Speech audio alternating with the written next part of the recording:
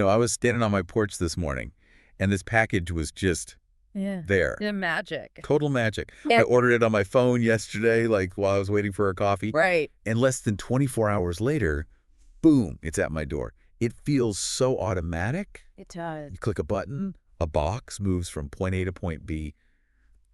I mean, it's just geography, isn't it? Well, that is the comforting illusion of it all. Yeah. But if you actually, pull back the curtain on how that box got there, you don't find magic. You find this high-stakes, adrenaline-fueled game of what our source today calls controlled chaos. Controlled chaos. I love that term. And that is exactly what we're digging into today. Hmm. We're looking at a document titled The Foundations of Strategic Freight Brokerage, specifically Lesson 1. Yeah. And look, I know what some of you might be thinking.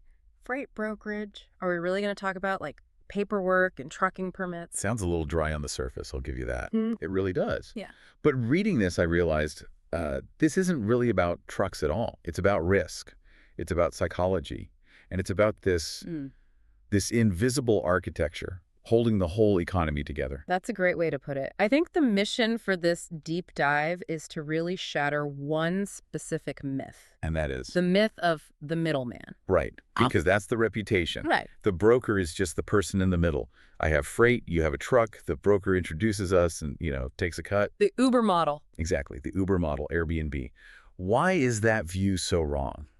It's wrong because it assumes the transaction is stable. It's static. In the Uber model, the risk is pretty low. Okay. If your driver cancels, what happens? You're 10 minutes late to dinner. Annoying, but not the end of the world. Right. In freight, the stakes can be existential. I mean, if a broker was just a connector, just a matcher, they wouldn't exist anymore. Oh, that's a great point. Technology would have replaced them 10 years ago. An algorithm can do that. An algorithm can match A to B? Sure. Exactly. But an algorithm struggles with chaos. The core thesis of this whole thing is that a broker is not a connector. A broker is a stabilizer. A stabilizer. Okay, let's unpack that, because stabilizer implies that the things you're connecting are inherently unstable. They're volatile. Yeah. I mean, the text explicitly defines the job as managing risk between independent commercial parties. Okay. Think about the ecosystem. You have three main actors, and they're almost always pulling in different directions. Let's map them out then. Who are the players? Okay, so first you have the shipper. They own the product. Could be anything. Produce electronics, building materials. Right. Their reputation is on the line. Totally. If those goods are late, if they're damaged, they could lose a customer. So they demand perfection. Reliability is everything. So player one wants perfection. Got it. Who's player two? That's the carrier, the trucking company. And often this is a small business owner, maybe an owner-operator with one truck, or a small fleet. Okay. Their motivation isn't really about brand reputation in the same way. Their motivation is cash flow. Just keeping the lights on. They need to keep the wheels turning. They have to pay for fuel, for insurance, for the truck payment. It's constant. So you have one side that wants the job done perfectly, and the other side that just needs to get paid and get to the next load. Precisely. And then you throw in the third variable, which is the market itself. Which is always changing. The source says it changes hourly. A snowstorm in the Midwest, a port strike on the coast, a sudden spike in diesel prices. And all that ripples through the system. Instantly. So the broker is standing right in the middle of a perfectionist shipper, a cash-strapped carrier, and a totally chaotic market. If you just connected them and walked away. The whole deal would fall apart the second something went wrong. The broker is the shock absorber. They stabilize that volatility so the whole supply chain doesn't just snap. So it's less like Match.com and more like, I don't know, air traffic control during a thunderstorm. Or a diplomatic negotiator. You're managing friction. And this brings us to one of the most interesting ideas in the text. Which is? The two invisible flows. I really like this part because we see the trucks on the highway. That's the physical flow. Right. The 18-wheelers. But the source argues the broker doesn't actually touch any of that. Correct. A broker doesn't own the truck. They don't own the cargo.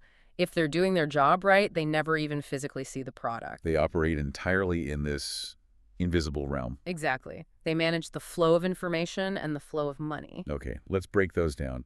Let's start with information. Because again, from the outside, it seems pretty simple. Go to 123 Main Street, pick up the pallet. How hard can that be? Oh, if only. The source puts it really bluntly.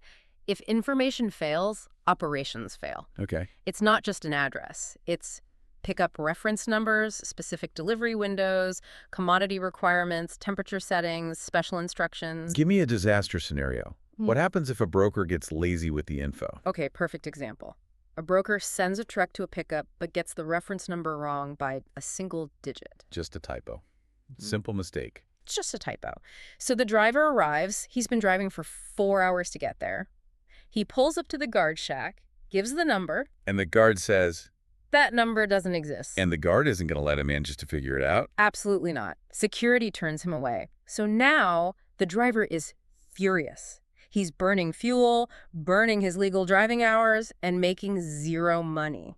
Oh. So he calls the broker screaming. He's demanding a truck order not used fee.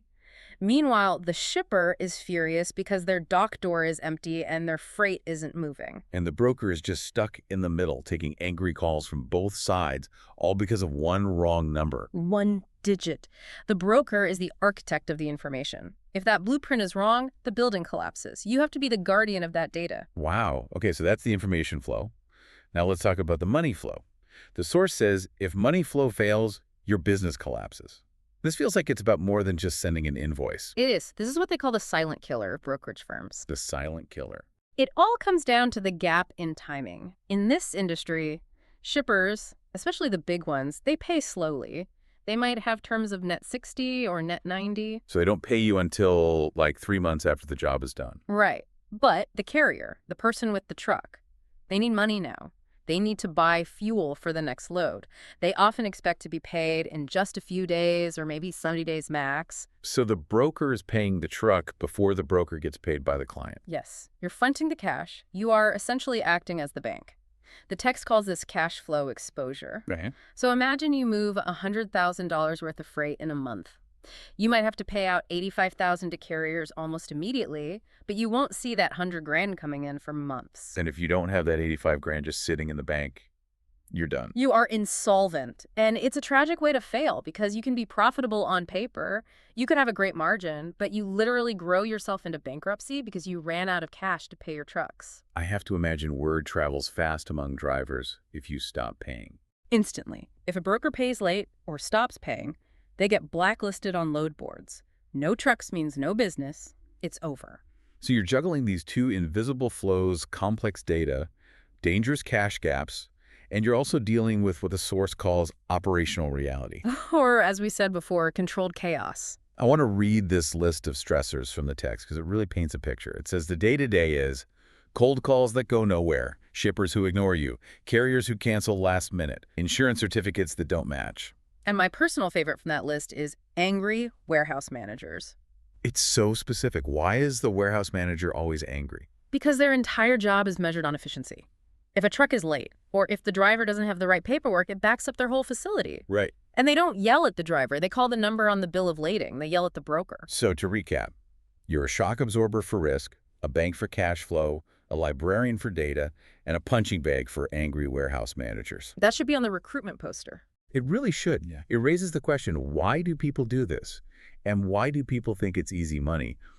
The source has a section on deadly misconceptions that I think we have to get into. These are the traps. These are the reasons people wash out inside of a year. The biggest one has to be the easy margin myth. Right. The simple math. I find a load paying $2,000. I hire a truck for $1,500. I keep $500. Easy. The math is so seductive. Right. But the source drops a statistic here that just stops you in your tracks. It says, one wrong carrier can erase 10 good loads. That seems extreme. How does one bad decision wipe out 10 successes? Liability and claims. Let's say you're chasing that $500 margin. You hire a carrier you didn't vet properly because they were cheap. Okay. That carrier picks up the load. Let's say it's expensive electronics. And they stop at an unsecured lot overnight. The freight gets stolen. Gone. Now, the shipper files a claim against you for the value of the goods. Maybe it's $40,000. Maybe it's $100,000. If your insurance denies the claim because you were negligent in hiring that carrier, You're on the hook for the full amount. you owe the $40,000. That $500 profit you were chasing just turned into a massive business-ending debt.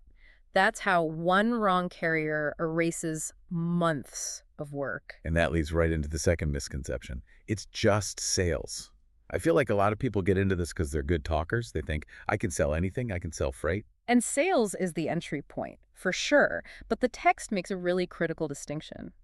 Sales brings the load, but operations keeps the customer. Meaning you can absolutely charm a shipper into giving you one chance, but if you don't have the operational discipline, the boring stuff like trekking the truck, checking insurance, communicating updates, you will lose that customer immediately. So people don't fail because they can't sell. Most brokers fail because of poor execution, not poor salesmanship. And the third misconception was about liability.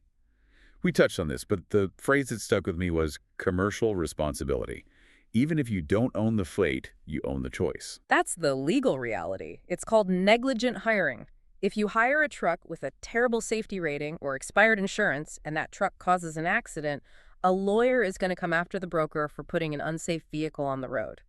You can't just wash your hands of it. So, with all this, the risk, the stress, the liability, who actually makes it? The source has this litmus test for the psychological profile of a successful broker. And I was surprised by what wasn't at the top. You mean being a people person? Exactly. I thought you'd have to be a huge extrovert. But the text lists detail obsession as a key trait. It makes sense, though, when you think about the invisible flows. The person who succeeds isn't the one telling jokes at happy hour. It's the person who notices the VIN number on an insurance cert is blurry. It's the person who double-checks the appointment time. The neurotic librarian. In a way, yeah. You need a high tolerance for monotony and detail. The text also lists emotional control. You can't take things personally. When a carrier cancels 5 minutes before pickup, you can't waste time being angry. You have to immediately switch into problem-solving mode. There's also a point here about financial patience. The source asks, can you handle 6 to 12 months of unstable income? That is the real barrier to entry. This is not a get-rich-quick business. Building trust with a shipper takes time. You have to earn it. You have to earn it, load by load. If you come in desperate for a paycheck in month 1, you are going to make bad decisions. Bad decisions like chasing that thin margin. Exactly. You'll hire the cheap, risky truck because you need the profit now, and that's when you blow your business up. You know, the text contrasts structure versus excitement. It says brokerage reward structure, not excitement. That is such a profound insight for anyone in logistics. In this business, excitement is bad. Excitement means the truck is on fire. Exactly. Excitement means there's a claim. It means a missed delivery. You want to be boring. Boring is good. You want a system that is so robust, so standardized, that the freight just moves invisibly. If you're addicted to the adrenaline rush of saving the day, you're probably the one creating the emergencies you have to solve. So if we look at the people who fail, the ones who wash out, the source outlines this hierarchy of failure. And number 1 is chasing margin instead of stability. We have seen this pattern 1,000 times. It's Friday afternoon. You have a tough load to cover, a good, reliable carrier, wants $2,500 for it. You'd break even. Okay. But then a random carrier you've never heard of pops up in your inbox. Gmail address, no website. And they offer to do it for $1,800. And the broker sees $700 in their pocket right before the weekend. They get greedy. They book the cheap truck. They go home feeling like a genius. Monday morning, the shipper calls. The truck never showed up. Oh, no. And the carrier isn't answering the phone anymore. The ghost truck? You chase the margin, you sacrifice stability, and you lost the customer. Forever. And the second failure point is just ignoring documentation. Which feels like laziness. It's just laziness. Oh, I'll get the rate confirmation signed later, or I don't need to check their insurance for just this one load. It's a slow leak. You get comfortable, you stop checking the boxes, and eventually your luck runs out. It really seems like the source is demanding a total identity shift. If you want to survive this, you can't see yourself as a salesperson or a connector. The expert view, and the term the source uses, is that you must see yourself as a risk allocator. A risk allocator. It's not exactly a sexy job title. You're not going to put that on your dating profile. No, freight tycoon sounds a lot better. But risk allocator is the person who's still in business 5 years from now. The source puts it in black and white. You do not fail because you can't find trucks. You fail because you misjudge risk. That is the bumper sticker right there. It's not a supply problem. It's a judgment problem. And when you apply that mindset, the job totally changes. You aren't finding a truck. You are evaluating a risk profile. Right. Is this carrier safe? Is this shipper creditworthy? Is this lane priced correctly for the volatility in the market? You're essentially an underwriter.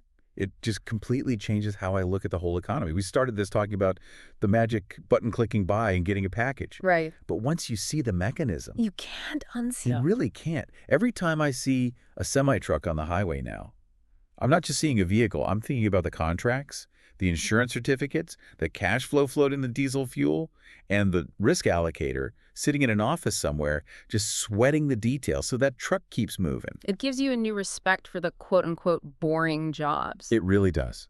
And it brings me to a final thought for everyone listening. We've established that the freight broker is this invisible stabilizer, absorbing chaos so the rest of us can enjoy the magic of it all. It makes me wonder, if the entire physical economy relies on this invisible layer of risk allocation, how many other parts of our lives are held together by middlemen we just dismiss? That's the big question, isn't it? We like to complain about bureaucracy or administration or middlemen, but what if those aren't just useless layers?